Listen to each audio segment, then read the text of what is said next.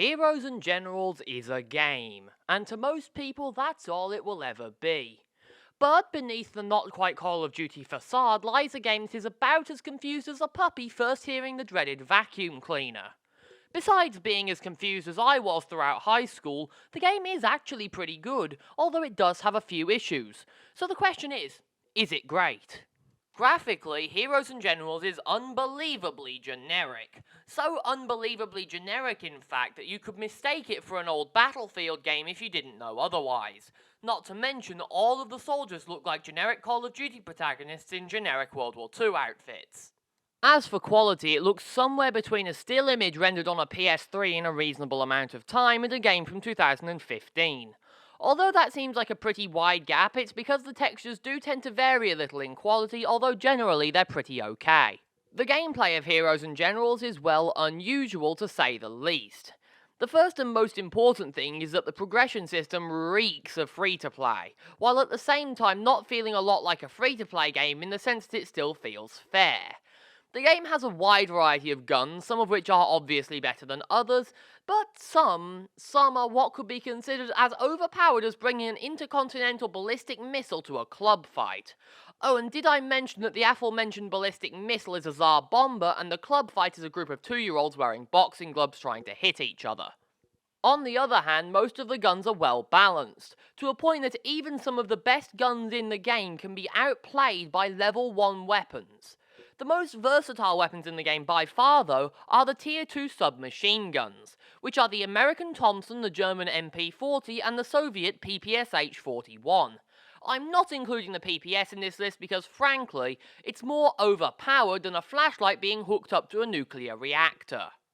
Foregoing submachine gun grade versatility for a heaping helping of firepower, light machine guns can absolutely shred anyone who gets in your way, if you have time to set it up and are preferably aiming down sights. On the other hand, bolt-action rifles can take out enemies at nearly any range, sometimes even in only one hit, if you can aim. Pro tip, I can't aim. The vehicle choices available are frankly staggering. You've got cars, trucks, bigger trucks, armoured trucks, London Ducks, motorbikes, and a variety pack of miscellaneous vehicles to ram things with. Oh, and that's just the infantry vehicle selection. You've also got tanks, planes, and specialised recon vehicles, each of which have their uses. Speaking of tanks, they can feel very different game to game. One game you might feel like you're made out of hardened titanium reinforced with indestructium alloy. The next game you feel like your tank is made out of tissue paper in the middle of a forest fire. On the other hand, as far as I've played, planes are extremely difficult to fly, so I'm completely unqualified to speak on them. And now it's time to talk about how the game handles. Oh god. Well, the hit detection is about as unreliable as McDonald's ice cream machines during a thunderstorm after being hit with a sledgehammer set on fire and then run over with a semi-truck. Though while the hit detection is completely whack, the physics engine barely works half the time, glitching out about as frequently as Sonic 06 and getting me stuck in nearly any small crevice that exists. Thankfully, if you don't try and hide in each and every water barrel, it's generally not as easy to break as a drinking glass in a hurricane. But if the game does so much wrong, what does it do right? Well, from an objective stance, almost fucking nothing.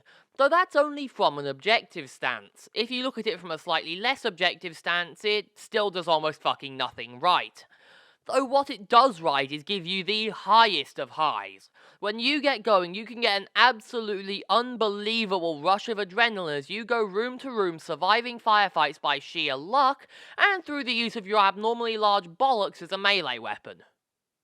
Sadly, along with highs that send you to and through the moon, come lows that send you much further than 6 feet under. Actually, the lows could be considered your own journey to and through the centre of the Earth, sometimes ending in Australia. Seeing as one match you'll get 21 kills and 3 deaths, and then the next you'll get 7 kills and 15 deaths, sometimes even against the same opponents on the same map. The worst thing about the lows is that your weapon really doesn't matter.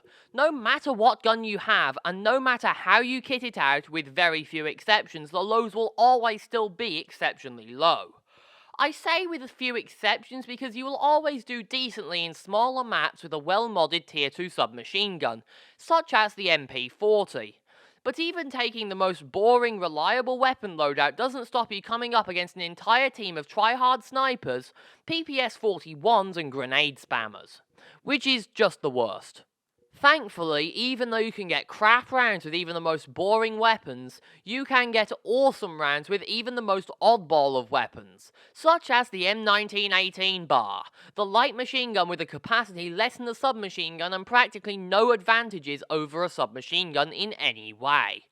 Speaking of the bar, I got rather pissed off when trying to name mine because it wouldn't let me name it 3 Nazis Walk Into Her, and I still haven't come up with a good alternative name.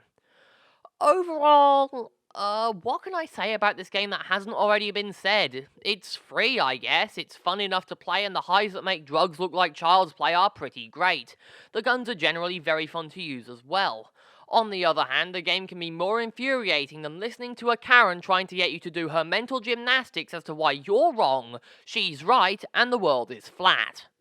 I have been your host, Vert343, returning from my long hiatus to wish you a farewell. I will see you in the next video. Peace out, gentlemen.